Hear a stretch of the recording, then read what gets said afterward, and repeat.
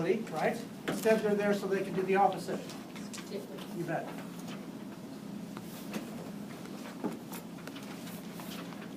Look at this, a three-way.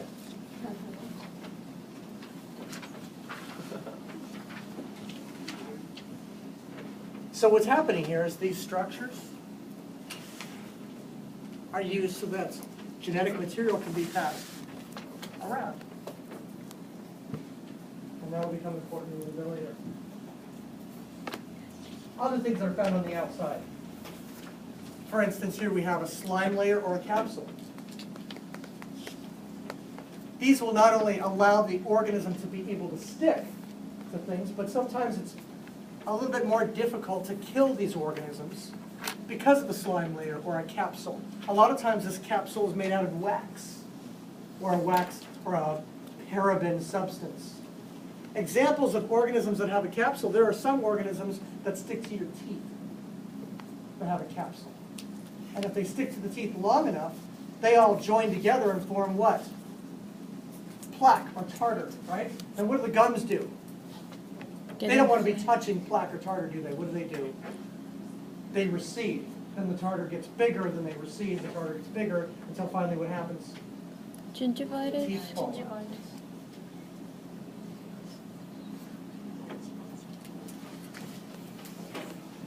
Here's something we need to know. I think I do this in a couple tests. I don't know why I do. When you have all of these different organisms that are all inhabiting the same surface, so here are some organisms, here's some different types of organisms, here's another type of organisms. We're going to call this a biofilm. And did you know that these organisms in a biofilm are capable of doing something called quorum sensing? It's actually sort of interesting. All of these organisms, these bacteria, will release all of their digestive enzymes at once to try to take advantage of the food that's in the environment. So this is an opportunity. This is where biofilms are very, very successful because of this type of behavior. So I think the term biofilm and the term quorum sensing, yeah, that's going to be important. Now let's talk some more about these organisms. How about these single-celled bacteria that have, I'm not talking about a cell wall yet, I'm talking about a cell membrane. And if you've ever had biology before, in this cell membrane, we call this a Lipids. Phospholipid. Phospholipid bilayer.